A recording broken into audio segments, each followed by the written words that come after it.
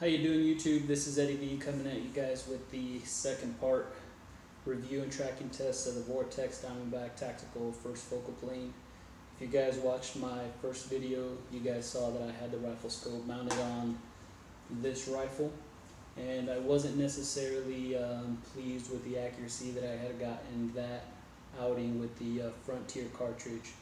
So for this part 2 of the video, I decided to take this rifle scope off the Ruger, mount it on this rifle here. This is a Remington 700 chambered in .308. It shoots 168 grain Sierra Match Kings very well.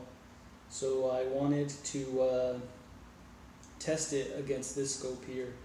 This is a Bushnell Elite Tactical first focal plane 3.5 to 21 power. Mil with the G2 reticle.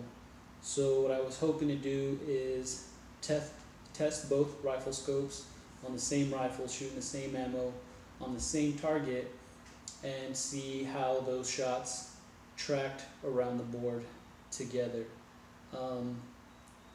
It was raining that day. I did have some GoPro issues as well.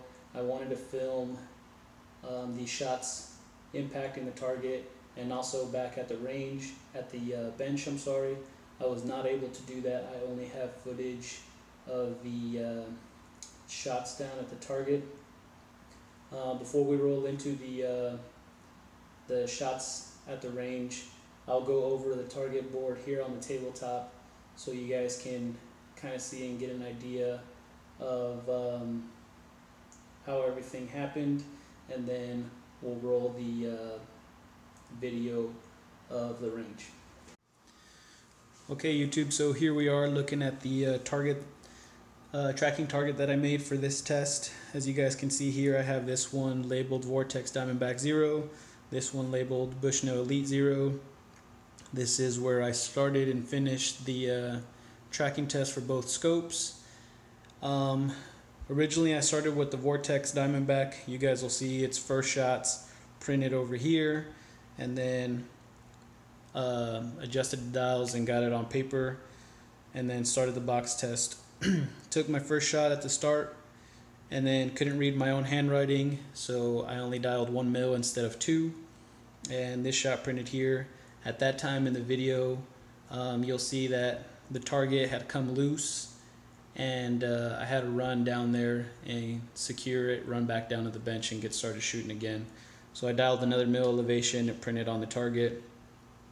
Dialed 2 more mils, which puts us at 4 mils of elevation, and the shot with the Vortex landed off to the right side. I don't know which was the first one and which was the second one, but it landed off to the right side. Initially I thought that I pulled it, so I took another shot and they stacked up right against each other. So what I concluded is that the target backer wasn't necessarily square to me. When I put my level on it and made sure that it was level, I don't think the target backer was necessarily 100% square to me, so that's why the shots went off to the right.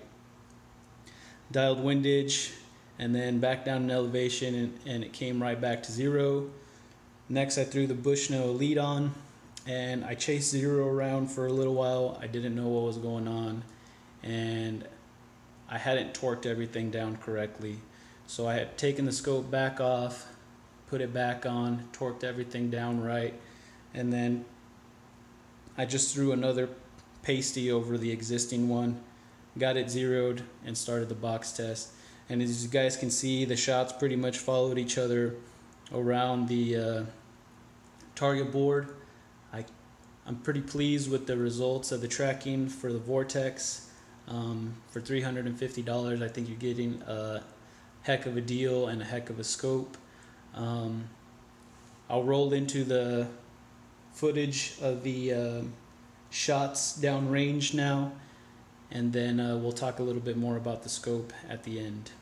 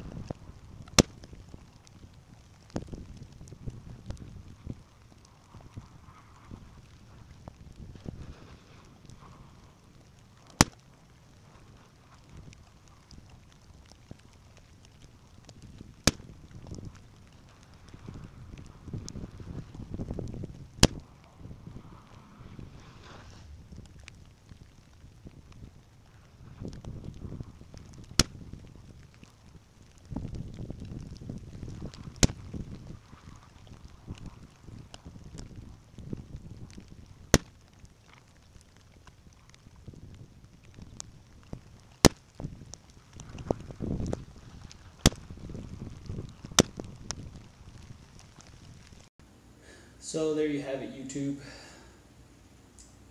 I'm very pleased with the way that this scope tracked in comparison to the Bushnell Elite.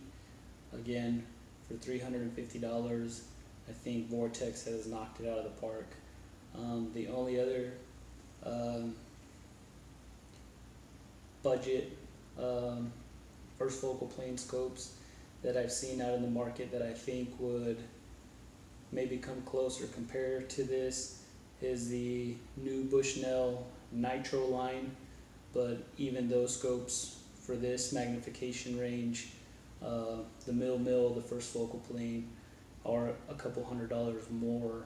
I want to say somewhere in the $500 price point, which is still very affordable for a first focal plane target scope. But for $350, it's tracking right alongside my Bushnell Elite, which I paid $1,300 to $1,400 for, and I couldn't be more pleased with this little scope. So if you're on the fence about these, don't be. Pull the trigger, go get one, and thanks for watching.